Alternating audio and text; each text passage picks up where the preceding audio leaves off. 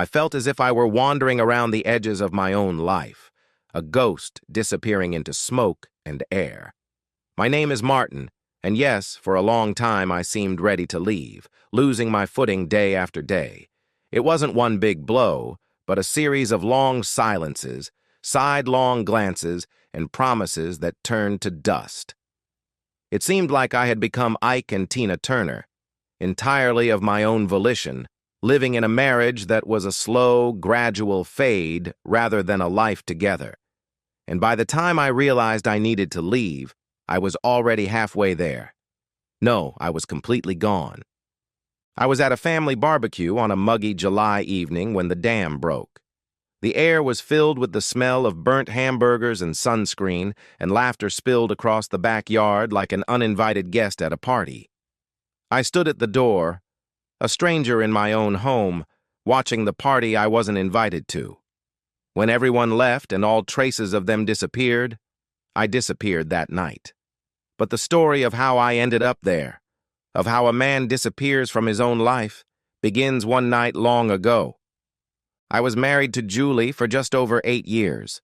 At first, we were like any other couple, imperfect but bound by a strong connection. We decided to meet at a coffee shop, and the first thing I noticed was her laugh, which surprised me when she spilled her latte and apologized to the table. That was Julie, warm, clumsy, lively. We dreamed big. We didn't need a house, we needed a home, a place filled with laughter, maybe a dog. Definitely kids. It was a dream we chose, and for a while we pursued it together. At night, we would lie in bed and draw our future on the ceiling, a swing in the yard, holiday dinners with lots of chairs.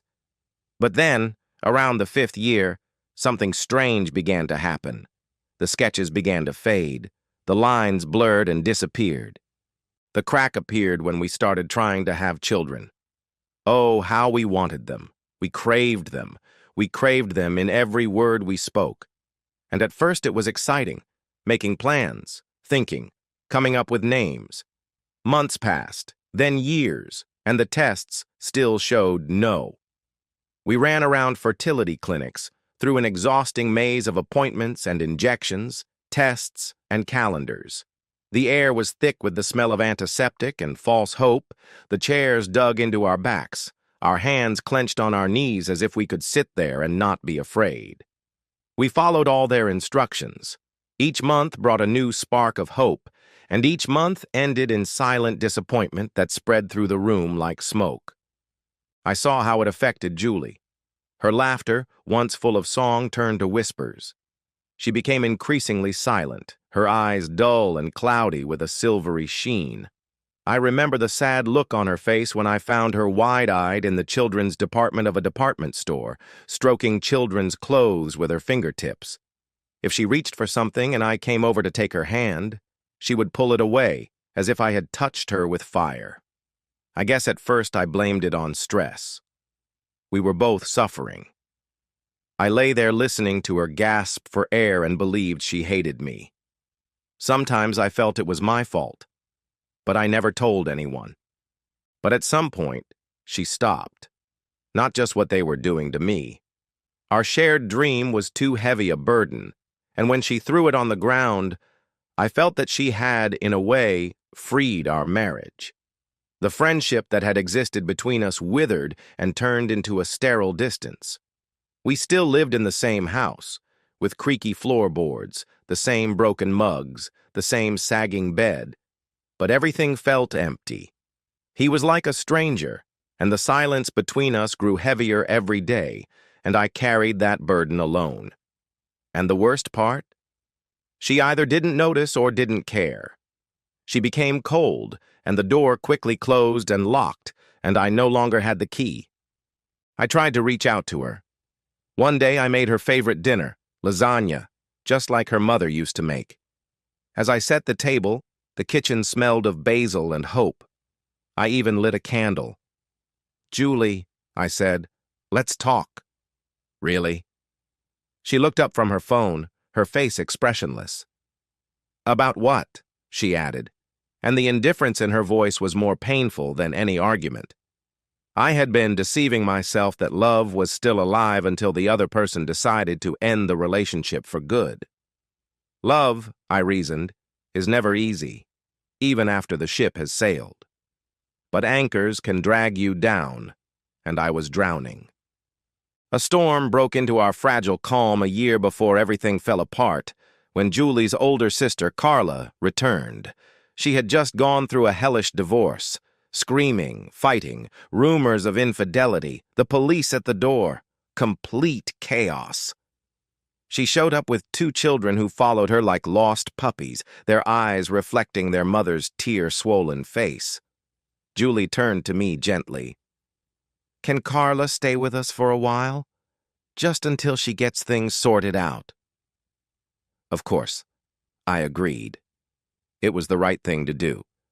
The children, Mia and Ethan, didn't ask for their world to fall apart.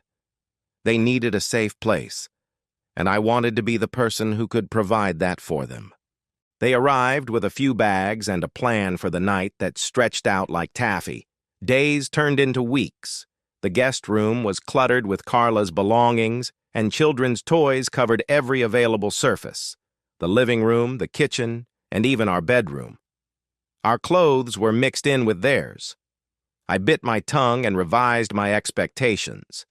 This was a short-term arrangement. I decided she just needed a few days to get her bearings. But Carla never mentioned looking for a job or having a place of her own.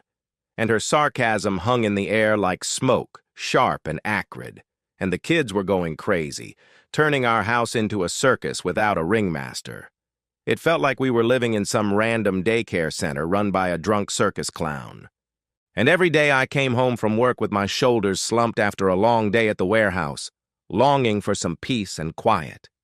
Instead, I found juice stains on the couch, toys scattered across the floor, and Carla's loud voice coming from the TV.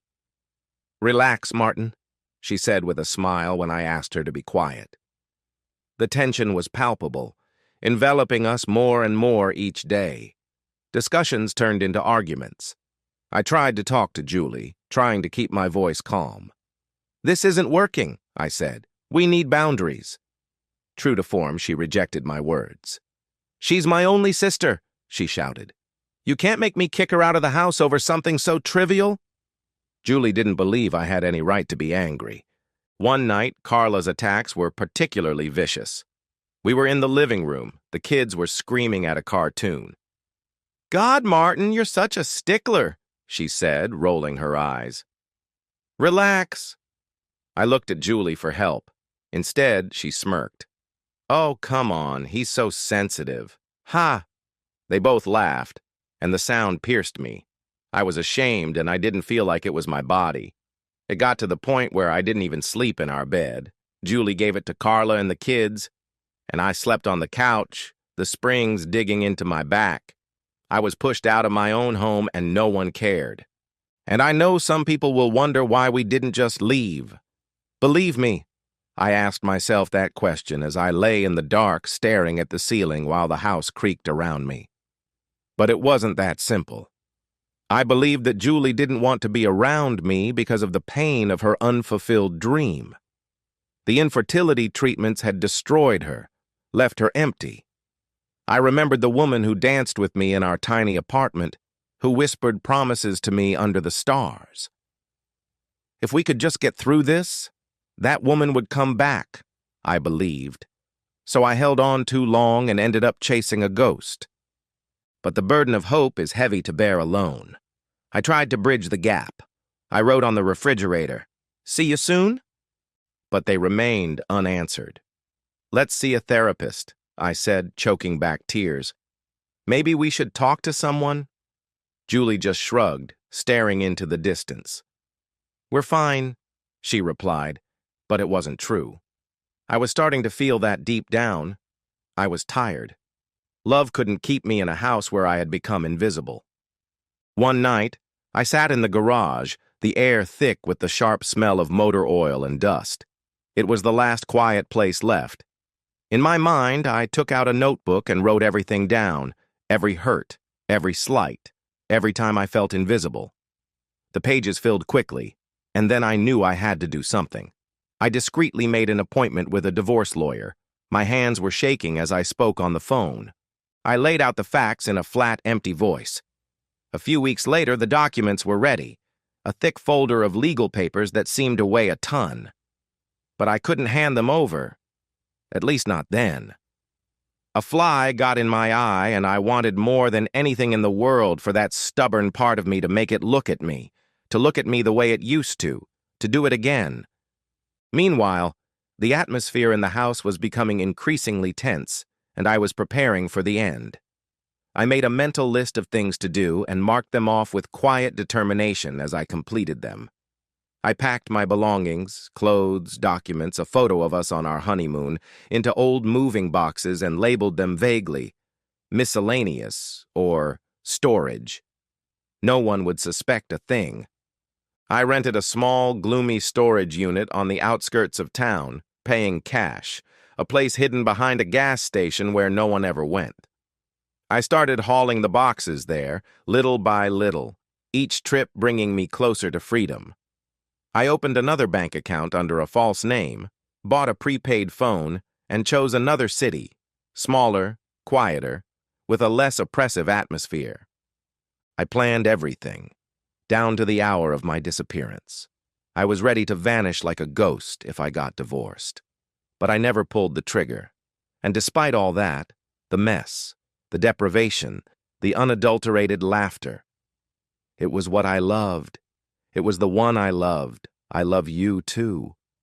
Somewhere deep inside me, beneath all the pain and exhaustion, I was still holding on to the woman I married. I'm waiting for a sign, a moment of clarity, to understand whether I should stay or go.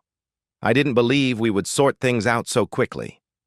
One Saturday, I went out to clear my head, to drive through the maze of streets and trees, oak trees.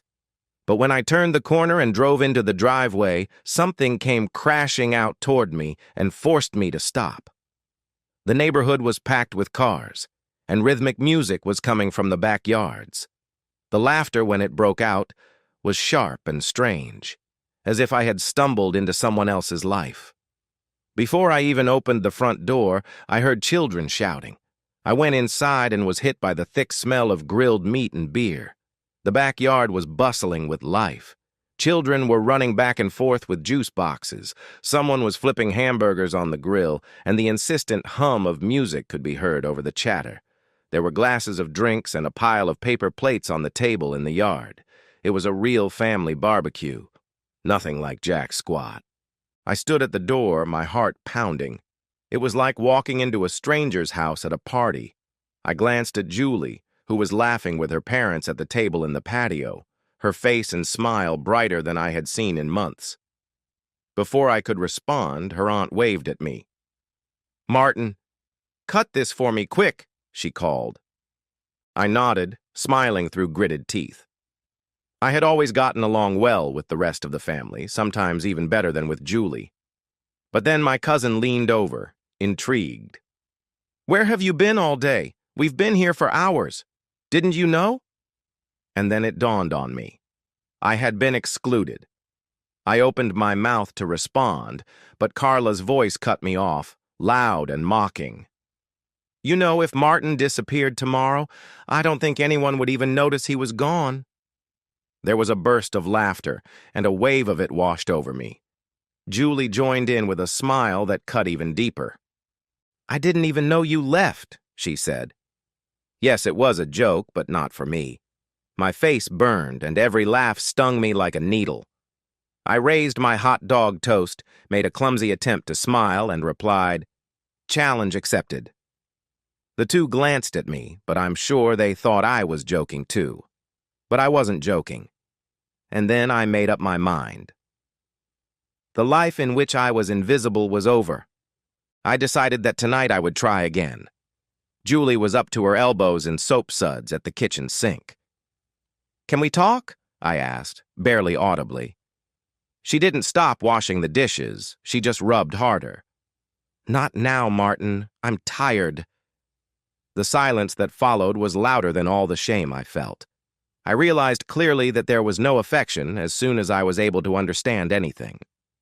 Long after the barbecue had gone out, dust from laughter tickled the long, unvisited rooms. If I had been the host, I wouldn't have stood idly by and let the situation get worse. I gathered the essentials in a bag, a few changes of clothes, my laptop, important documents, and a wad of cash. I quietly crept through the house, trying not to disturb anyone. Stepping outside, I placed the signed divorce papers on the kitchen table with a yellow note attached. It read, "Have you noticed yet?" The words were harsh, another plea for her to come and see me, even if I wasn't there. I stepped out into the night, the door closing quietly, like a sigh. The house was silent, though it didn't know it had lost its last support. I jumped into my car and sped away, the city lights blurring into wet streaks as I fled. That same night, I deleted myself from all social media. Instagram, Facebook, LinkedIn. Everything was gone. I had just inserted a new SIM card into my prepaid phone, but I threw the phone and the old card into a sewer grate at a gas station in a neighboring town. I didn't want to be found, not by her, not by anyone else. I couldn't go on suffering because of a life I didn't have. I rented a small cabin that a retiree was renting out through one of a dozen random classified ad sites. He took cash and asked no questions. I paid for 3 months in advance. The cabin was hidden in the woods, like a cursed place, but not far from town, where I could buy everything I needed. On my first night, I wrote on the porch of my cabin, the cool air scented with pine trees filtering through the screens, the sound of crickets chirping. I felt lighter than I had in years. The days in the cabin merge into a gentle rhythm of silence. I hear birds singing and see light, golden, slanting light filtering through the trees.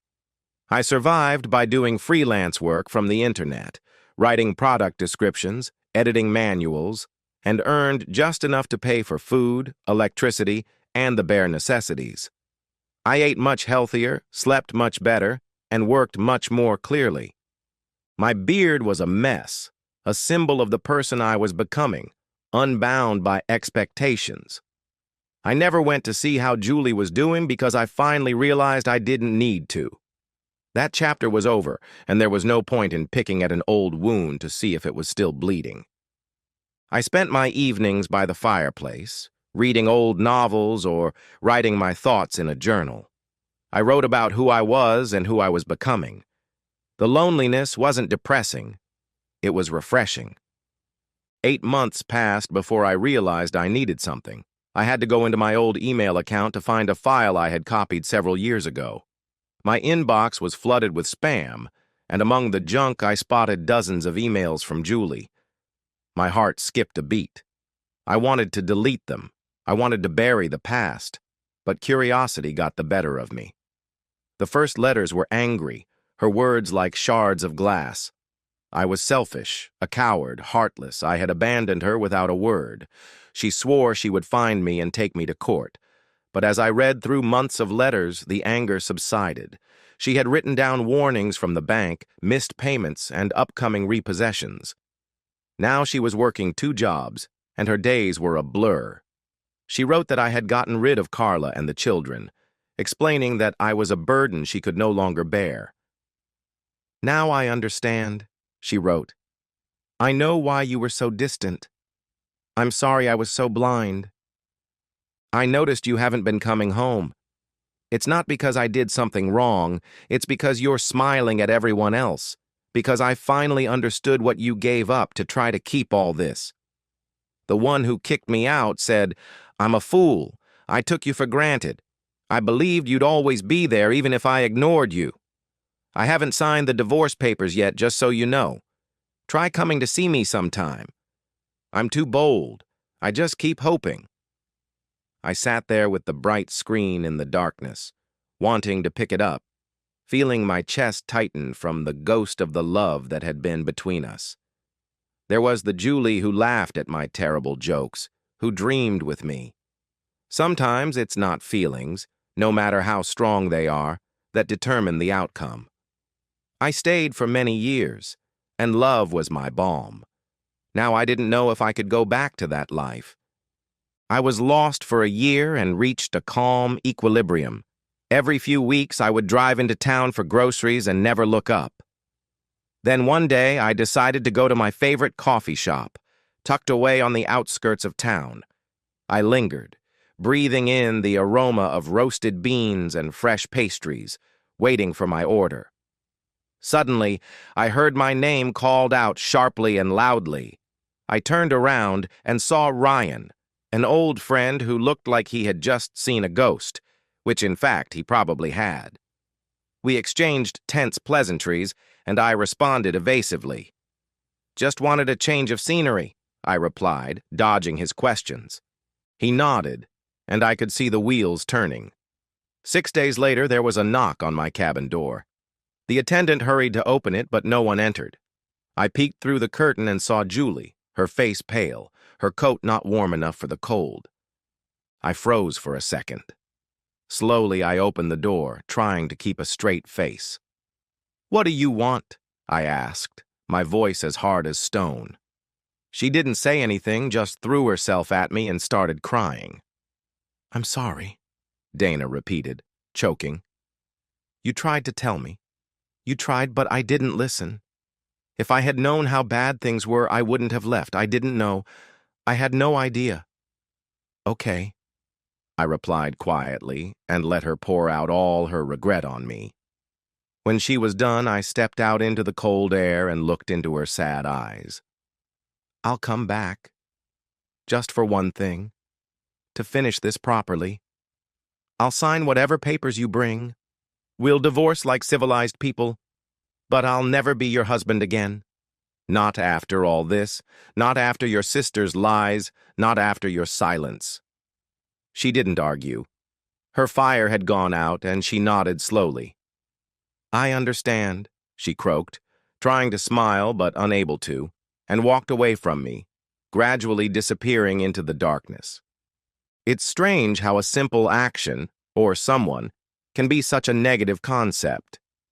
It seems to be one of life's most cruel lessons, and unfortunately, I had to learn it and live with it. I held on to a failed marriage for years. No one says that love can't survive when one person is striving for something, and the other has emotionally said, "I've had enough." For Julie's sake, I endured the neglect, contempt, and misery that Carla and her clan brought. I disappeared into my own home, sneaking through rooms that didn't feel like mine. But here's the strange thing. Julie only realized this after I left. Then she understood what I had been telling her all along. What we lack can sometimes serve as a reminder of what we have. Perhaps that's what some people need. The absence of what they thought would always be there. I don't hate her for it. I even feel a little sorry that she realized it too late. But I couldn't continue to sacrifice myself for this lesson. After Julie's visit, I returned for a while to finish up and finalize the divorce. We met at the lawyer's office, which smelled of ink and old wood. We signed the papers in silence, without arguments, without any last hopes. It was neat and respectful. I returned to my cabin, the road winding past the forest that seemed familiar to me. I liked the simplicity, the birds in the morning, the noise of freelance work, the ability to live without expectations. I was no longer rushing, I was living. I walked along the paths around the house, my boots crunching under the pine needles, the air burning my lungs. I sat by the stream and watched the water make its way, and believed in the person I used to be. The person who lingered, who loved too much. It was in this silence that I began to regain what I didn't know I had lost. Myself.